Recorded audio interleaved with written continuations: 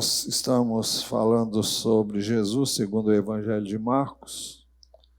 Chegamos hoje no capítulo 1, versos 16 a 20, que acabamos de ler.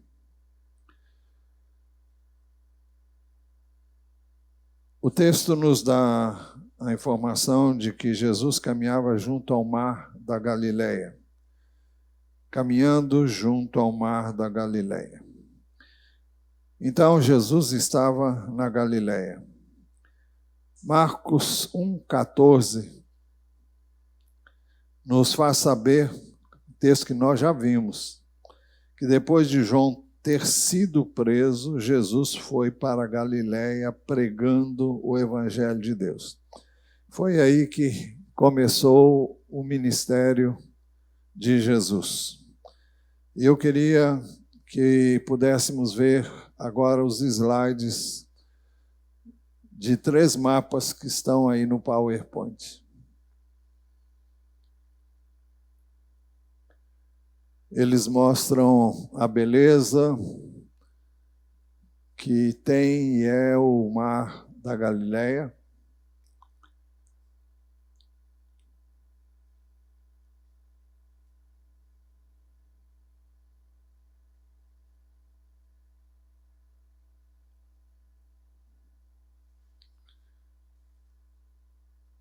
Bom, quando aparecer a gente vê.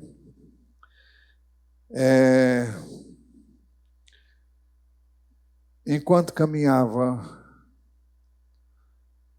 quem foi que Jesus viu? O texto diz que Jesus viu os irmãos Simão, Pedro e André. O texto não fala de Pedro, mas fala de Simão. Simão é o Simão Pedro, porque esse era o seu nome. Não sabemos por que ele aqui é chamado de Simão. Bom, era esse o seu nome, né? Pedro foi um nome que Deus deu para ele. Jesus deu para ele, como nós vamos ver num determinado ponto da mensagem. Simão e André eram irmãos. Jesus viu os irmãos Simão e André. No Evangelho de João, capítulo 1, versículo 44, nós ficamos sabendo o seguinte que queremos compartilhar com os irmãos. Este Filipe, esse é o primeiro. É uma pena que não está tão nítido como poderia estar. Mas esse é o parte do Mar da Galileia. É um mapa novo, recente, que tem uma rodovia ali bem no canto. Então não é um mapa dos tempos de Jesus. Vamos ver o próximo slide. Esse também é um mapa recente da região, é cercada de montanhas. E essas montanhas fazem com que os ventos soprem com muita força ali e as ondas são, em determinados períodos, dependendo do clima e da ocasião, as ondas ficam muito altas mesmo, como as de um mar de água salgada, porque não passa de um lago, né? O próximo slide mostra ainda a beleza das redondezas, né? É muito bonito esse lugar e ele me parece com o lugar onde Jesus pregou as bem-aventuranças. Bem, mas nós vamos ver logo o próximo. Sim, olha as montanhas, que lindas são. Vamos ver o próximo. Bom, aqui nós temos o Mar da Galileia.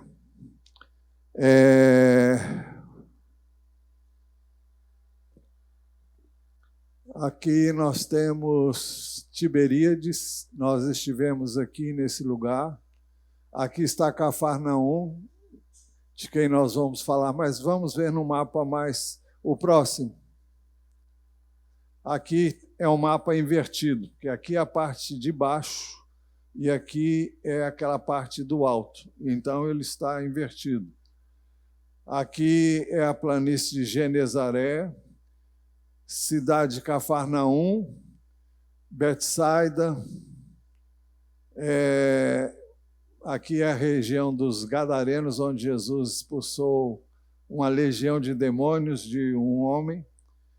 Mas eu não sei se tem jeito de deixar esse mapa aí mais ou menos engatilhado. Se não tiver, depois a gente volta a ele. Aliás, até já chegamos lá. Betsaida. O que essa cidade tem a ver? No João capítulo 1, versículo 44, diz assim: este Filipe, nós não estamos falando de Filipe, era de Betsaida. Por que eu citei esse texto? Porque o texto diz, cidade de André e de Pedro. Então, eles eram dessa cidade de Betsaida, que ficava ali perto de Cafarnaum, onde Jesus estava, com certeza, ministrando. O que Simão e André, seu irmão, estavam fazendo? O texto diz, Simão e André lançavam a rede ao mar. Então, o que eles estavam fazendo? Eles estavam pescando, esse era o trabalho deles. Eles faziam isso porque eram pescadores. Então, o texto diz isso logo a seguir. Simão e André eram pescadores. O texto nos diz que Jesus se dirigiu a eles. Jesus chamou Simão, Pedro, eu coloquei aqui Simão Pedro, embora o texto não diga que é Simão Pedro, mas diz que era Simão. Jesus chamou Simão e André para que o seguissem. Jesus lhes disse, venham comigo. Agora, com que finalidade Jesus o chamou? O texto diz que Jesus chamou os dois irmãos para o seguirem com um propósito específico. Ele disse, eu farei com que sejam pescadores de gente. Na realidade, literalmente, o texto diz pescadores de homens. E homens se referindo a seres humanos, não é? Então, foi para isso que Jesus os estava chamando. Agora, a pergunta que fazemos ainda é como Simão, Pedro e André responderam ao chamado de Jesus. O texto diz, então, eles deixaram imediatamente as redes e o seguiram. Vejam, não relutaram, não disseram uma palavra, não fizeram nenhuma pergunta. O texto diz que eles deixaram imediatamente as redes e o seguiram. Será que eles estavam entendendo para que Jesus os estava chamando? O que eles tiveram que deixar para trás para seguir Jesus? Evidentemente, eles deixaram as redes, deixaram o barco. Agora, o que a rede e o barco representavam era um instrumento de trabalho deles. Ou seja, era o meio deles ganharem o pão de cada dia. A pergunta que fazemos ainda é como eles puderam tão rapidamente responder ao chamado de Jesus. A questão é que Jesus não era um estranho para eles. Eles tinham sido apresentados a Jesus por João Batista. Voltando ao Evangelho de João, no capítulo 1, versículo 35, diz assim, no dia seguinte, João estava outra vez na companhia de 2 de seus discípulos. Nós temos que fazer a observação O Evangelho de João leva o nome de João não por causa de João Batista, mas por causa do apóstolo João, que foi quem escreveu o Evangelho que leva o nome dele. Agora, no Evangelho de João, capítulo 1, versículo 35, diz, no dia seguinte, João, esse João não era ele, esse João era João Batista.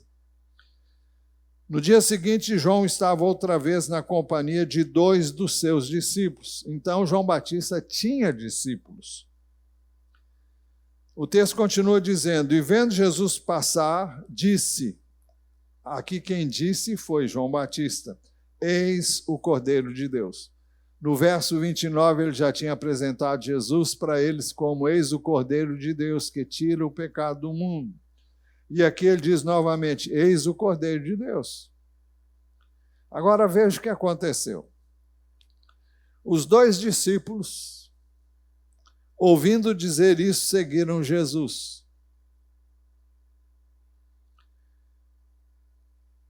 Eram discípulos de João, já tinham ouvido acerca de Jesus e foram apresentados por João como o Cordeiro de Deus.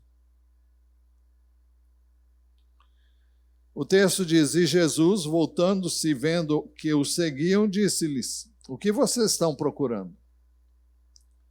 Eles disseram, Rabi, onde o Senhor mora?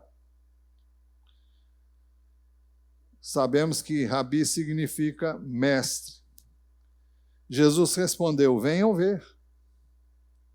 Então eles viram onde Jesus estava morando e ficaram com ele aquele dia. Eram mais ou menos 4 horas da tarde. André, o irmão de Simão Pedro, era um dos 2 que tinha ouvido o testemunho de João Batista, e seguido Jesus. Ou seja, ele era, antes de seguir a Jesus, ele seguia João Batista. O texto continua dizendo, ele encontrou primeiro seu próprio irmão Simão, a quem disse, achamos o Messias. Então sabiam que Jesus era o Messias. Messias quer dizer Cristo. E o levou a Jesus, ou seja, André foi apresentado a Jesus, esteve com ele, depois falou dele para o seu irmão e o apresentou como o Messias. O texto diz no verso 42, e o levou a Jesus. Jesus olhou para ele e disse, você é Simão, filho de João, mas agora será chamado Cefas. Cefas quer dizer Pedro, é outro nome para Pedro. Pedro é no grego, Cefas é no aramaico.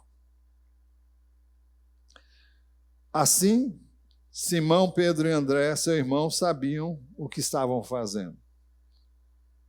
Sabiam que Jesus era o Messias, o Cristo. Então, eles, quando atenderam o chamado de Jesus, eles sabiam o que Jesus estava fazendo. Jesus continuou caminhando com Simão e seu irmão André. Então, pouco mais adiante, Jesus viu Tiago, filho de Zebedeu, e João, seu irmão. Esse João, irmão de Tiago, é o que escreveu o Evangelho de João. Era veio a ser um dos 12 apóstolos.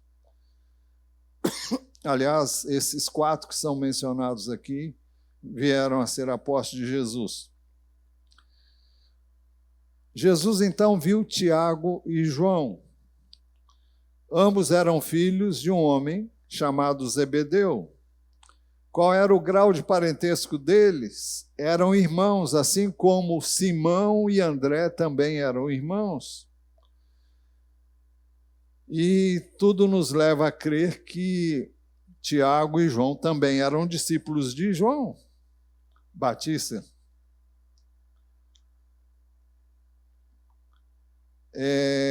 João 1,40 diz assim: André, irmão de Simão, era um dos dois que tinha ouvido o testemunho de João e seguido a Jesus.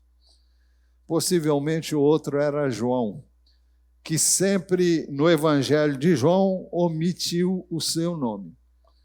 Em todo o Evangelho de João, ele, quando fala de si mesmo, ele não cita o seu nome. Então, quando aqui diz André, o irmão de Simão, Pedro, era um dos dois que tinha ouvido um dos dois. Mas ele não diz qual era o outro. O outro seria ele mesmo, João, o que veio a ser apóstolo. Bem, Tiago e João, seu irmão, estavam no barco consertando as redes. Foi assim que Jesus os achou. Então Jesus os encontrou aonde? Num barco. O que eles estavam fazendo? Consertando as redes. Podemos então concluir acerca do trabalho deles. Se eles estavam num barco e consertando as redes, eles eram também, como André e Pedro, Simão, Pedro, eram pescadores. O que Jesus fez quando viu Tiago e João, seu irmão? O texto diz que Jesus logo os chamou. E como foi que eles reagiram ao chamado de Jesus? O texto diz, e eles seguiram Jesus. É por isso que dissemos que, com certeza, eu não posso afirmar o que a Bíblia não afirma, mas os indicadores são de que eles já conheciam Jesus, que havia sido apresentado a eles por João Batista. Então, eles não estavam seguindo um estranho, não foi Jesus que os induziu a segui-lo, não foi algo assim impossível de resistir, não. Eles sabiam o que eles estavam fazendo. Eles estavam ouvindo acerca de Jesus, e quem falou de Jesus para eles, repito com quase certeza absoluta, à luz de tudo que eu pude pesquisar, seria o próprio João Batista. Então, eu creio que os 4 eram discípulos de João Batista. 2, com certeza. Os outros, eu creio que também. Até porque eles tinham a mesma profissão, andavam juntos. Agora, o que eles tiveram que deixar para trás para seguir a Jesus? Eu estou me referindo agora a Tiago e João. Eles deixaram o seu pai, Zebedeu, no barco com os empregados. É isso que o texto diz. E o texto nos faz saber que Zebedeu permaneceu no barco. E o texto nos faz saber que ele permaneceu no barco com os seus empregados. Parece que havia uma pequena indústria de pesca ali. E Zebedeu era um homem que, através desse trabalho que ele realizava, ele cresceu e tinha empregados a seu dispor, além dos filhos, Tiago e João. Bem, eu estou concluindo a mensagem, para surpresa de vocês.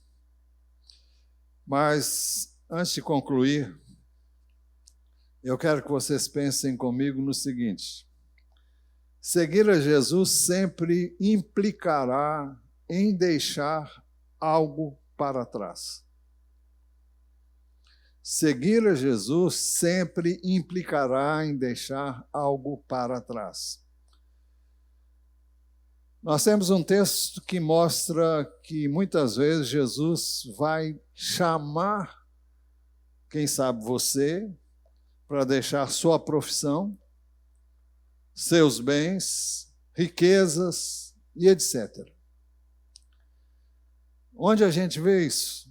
Em Marcos, não vamos examinar a fundo esse texto porque ainda não chegou a hora. Marcos 10, 23 a 31.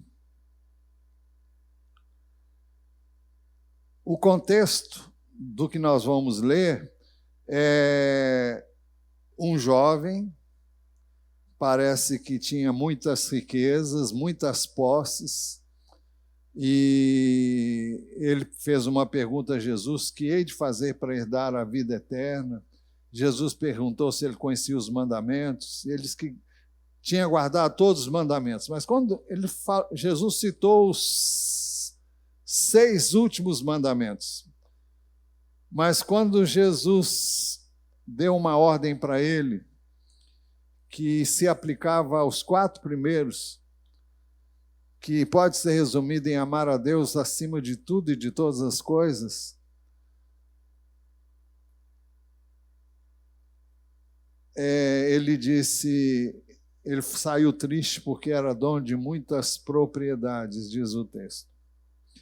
Mas então é nesse contexto então que aconteceu o que nós vamos ler.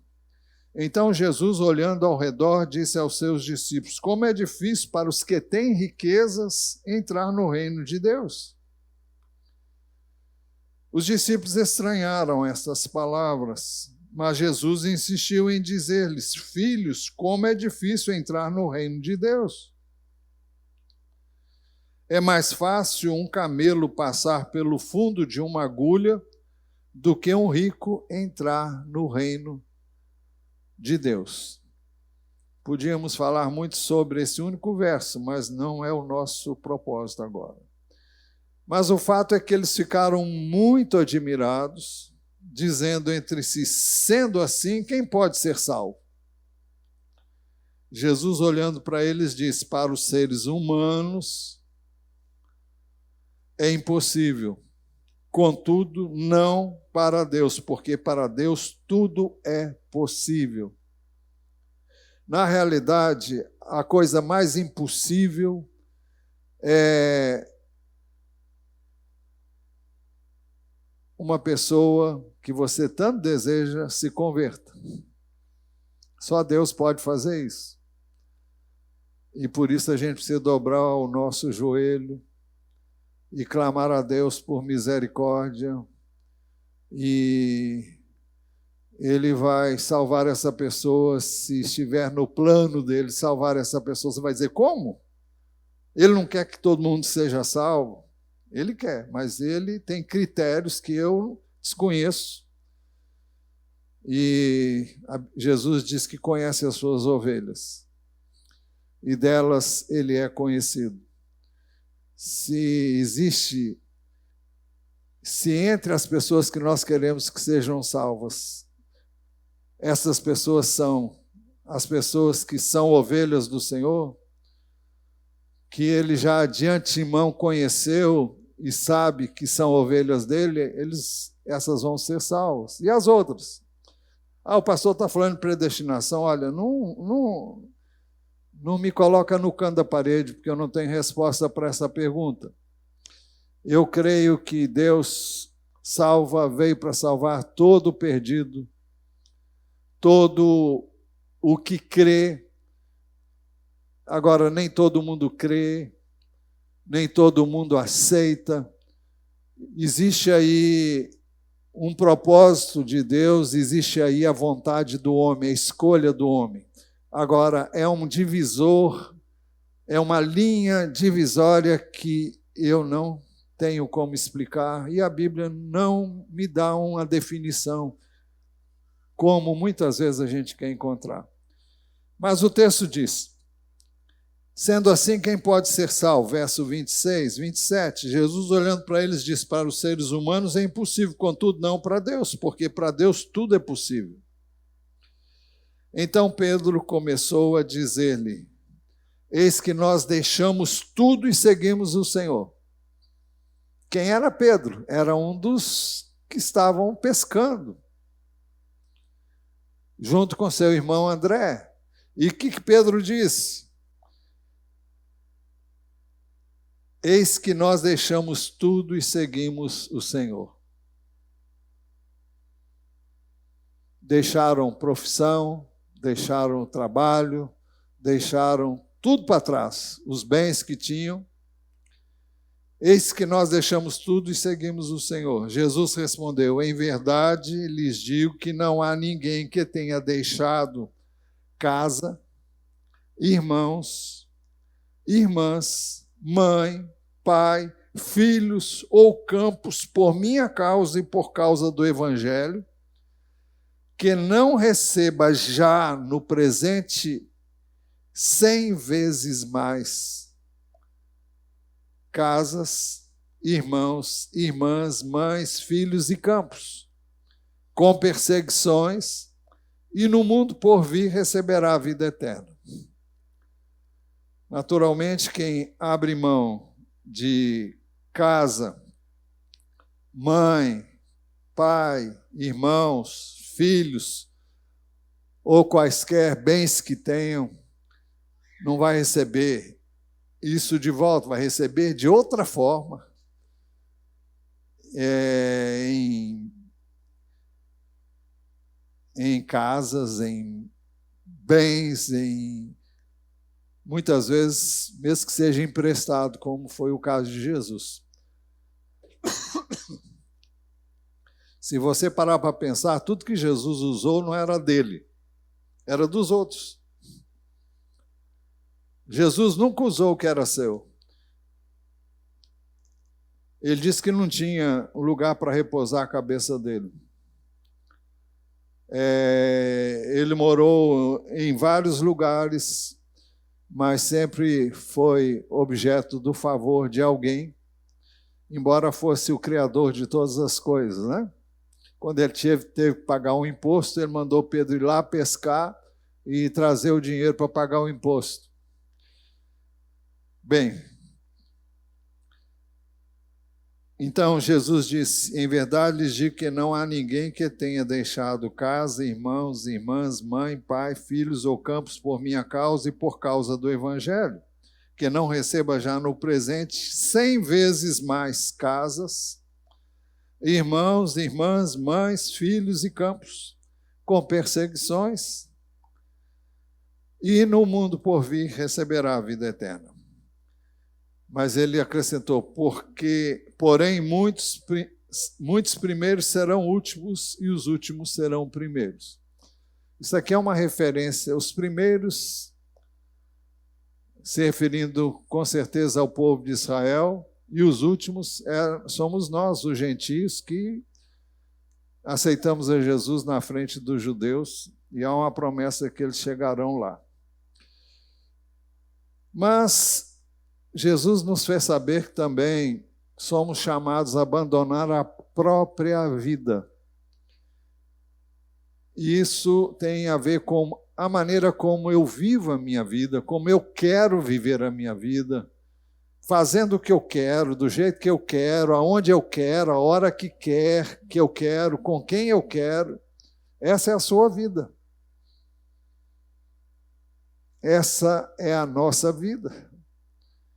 E muitas vezes nós somos sempre chamados a abandonar a nossa própria vida. Isso aqui é para todo mundo.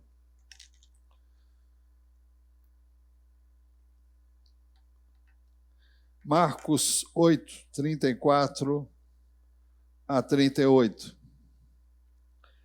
Então, convocando a multidão e juntamente os seus discípulos, Jesus lhes disse: se alguém quer vir após mim, negue a si mesmo, tome a sua cruz e siga-me. Pois quem quiser salvar a sua vida, a perderá. E quem perder a vida por minha causa e por causa do Evangelho, esse a salvará. O que ele está falando aqui é daquilo que eu e você temos que fazer para que nós tenhamos aquilo que é dele. Eu só posso ter a vida de Jesus se eu estiver disposto a perder a minha vida.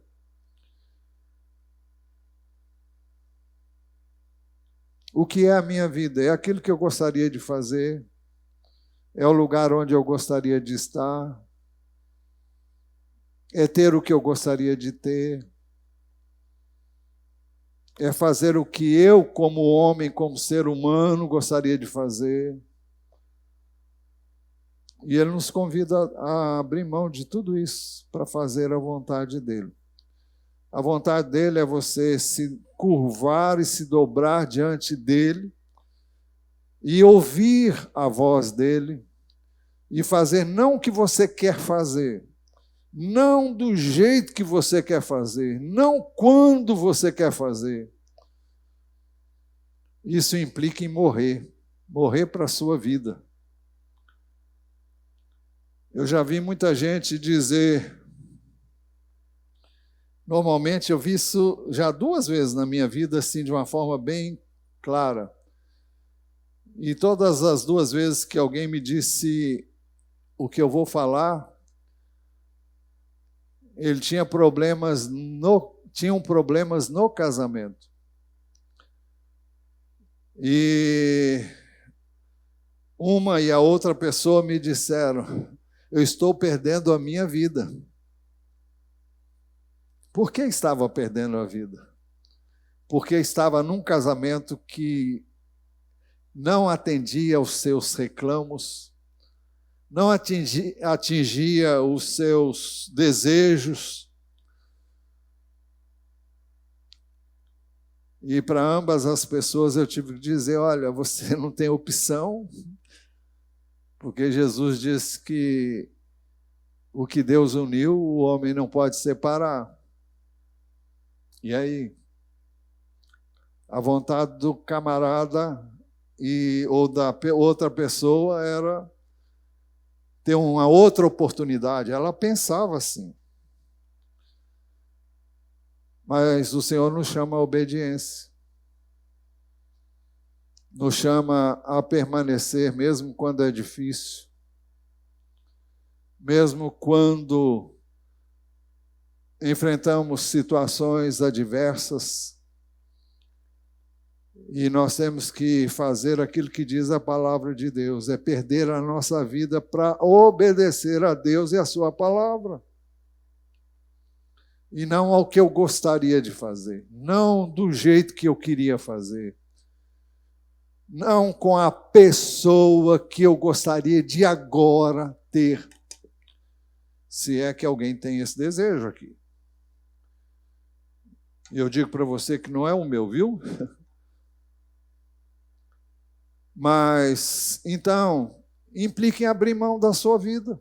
Por quê? Para obedecer, para fazer aquilo que Deus quer e você sabe que Ele quer que você faça. Vocês lembram do conflito de Jesus no Getsemane? Pai, se é possível, passe de mim este cálice. Se é possível. E graças a Deus o Pai disse não, sem dizer uma palavra. Ele saiu lá do monte, do Monte das Oliveiras, do jardim do Getsemane, com a certeza absoluta de que era isso mesmo. Que ele sempre soube que era o que ele tinha que fazer. Eu e você sempre fazemos o que temos que fazer, sabemos o que temos que fazer se temos conhecimento de Deus, se temos o Espírito de Deus. E cabe a nós nos render. Se alguém quer vir após mim, negue-se a si mesmo, tome a sua cruz e siga-me. Eu estou descobrindo que agora eu estou pregando.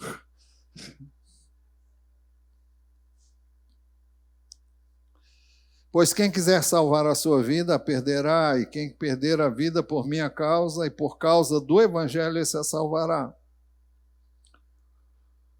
É você abrir mão da sua vontade para fazer o que Deus quer que eu e você façamos.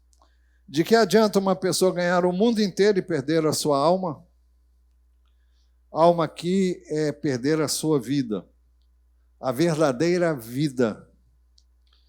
Que daria uma pessoa em troca de sua alma, em troca de sua vida? Pois quem nessa geração adúltera e pecadora se envergonhar de mim e das minhas palavras, também o Filho do Homem se envergonhará dele, quando vier na glória do seu Pai com os santos anjos. E em terceiro e último lugar,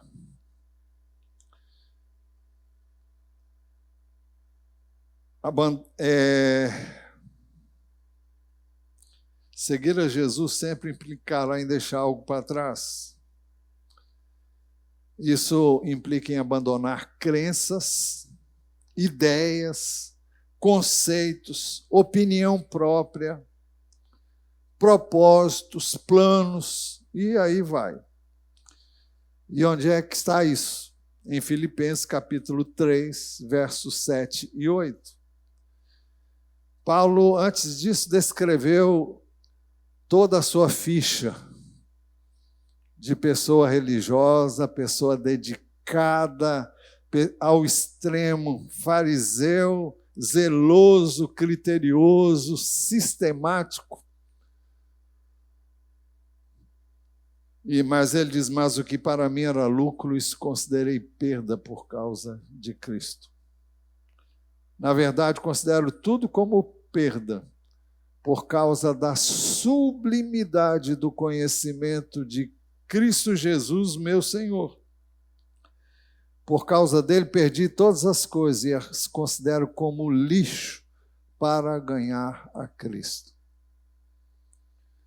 Olha, suas ideias podem ser muito boas, seus planos podem ser ótimos, mas muitas vezes Deus vai dizer, olha, não é isso que eu quero para você, não.